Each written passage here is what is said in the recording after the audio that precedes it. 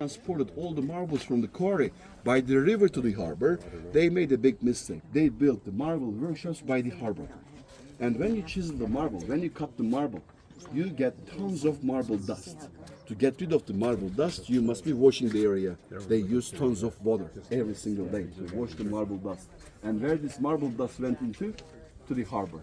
So not only the silts of the river, but also the marble dust filled the area and made the city getting abundant with malaria starting later on, folks.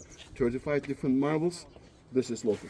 What about the other ones? Where do we see the other colorful marbles coming from different territory? Inside the terrace houses. Where rich Romans lived once upon a time, they used really beautiful colored marbles coming from different territories of the empire to give one message to the visitors in their home. I'm better than you. To impress their visitors, they paid a lot of money for the transportation of those marbles and they displayed them on the walls, ladies and gentlemen. Grand mosaic, wall paintings, and beautiful marbles inside the house. How many houses do you have there? Many people.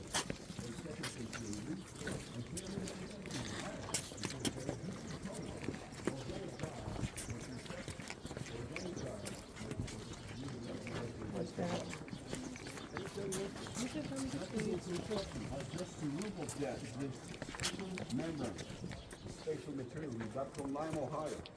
It cost us $11 million back in the year of 1999. That's great to hear. Americans are coming here and paying this money back to us. Thank you. We're all supporting the excavations we have here, folks. This is really important for us. Not maybe one ticket makes a difference, but imagine millions of people are visiting this place every year. And we have this kind of visitors to support the excavations we have in Turkey, because in this country we have 600 remains like this. Turkey has more remains than the Greek has in Greece today, from their period. Turkey has more than the Italy has from the Roman period, more than 600. And this is the cherry on top we have. Let's say remains are visible, but this is the major highlight area we have. Yes. Remember, we don't walk up. Now we go down the library to meet the other group that we have to walk to the exit. Please watch your step, be careful. We have the handrails so affordable. That may come with nice pictures by the library.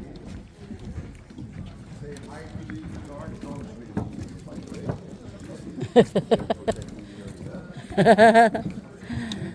Dogs are having tags in their ears, which means they're all vaccinated. And they may have no babies in the future. That's why they have green tags in their ears.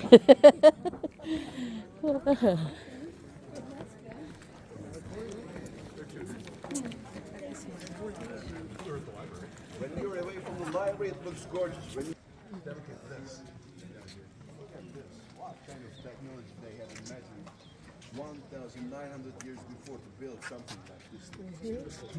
One of the greatest examples of the Roman architect from 2nd century.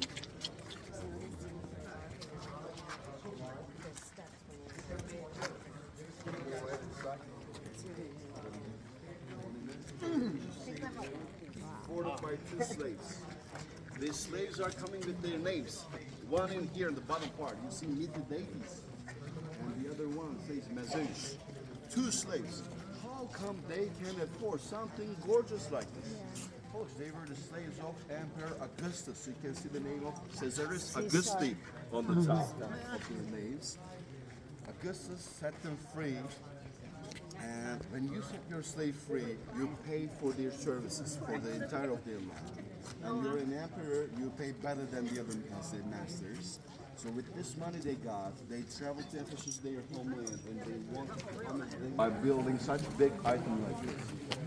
This is what I believe for one thing, encouraging the slavery.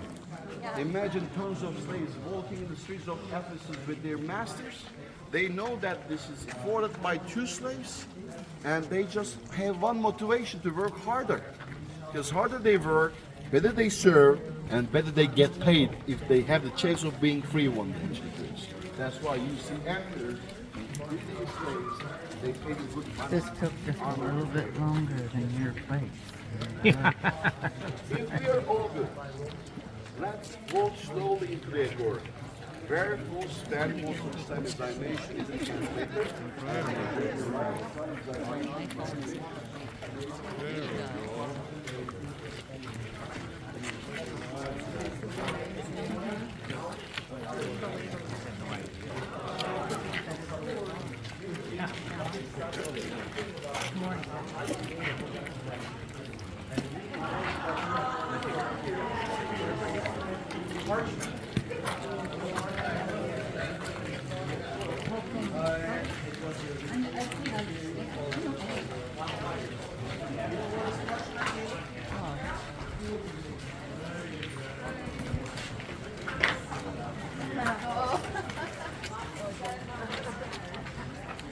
Hi everyone. Enjoy your day.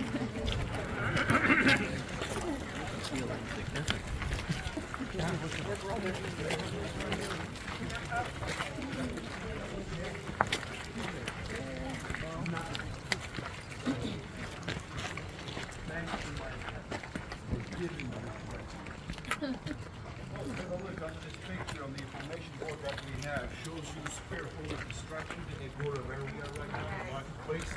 And see on this picture where the water was, where the ocean is. Still after the heavy rains, water comes in the earth. And the ocean is 5 miles away from the harbor in the ocean. And imagine all this area with surroundings, the arches that you see reconstructed, that half were the shops, the units next to each other. The central part was a kind of open air marketplace back in the ages. Where probably Paul also had a kind of kiosk to fix the things in here.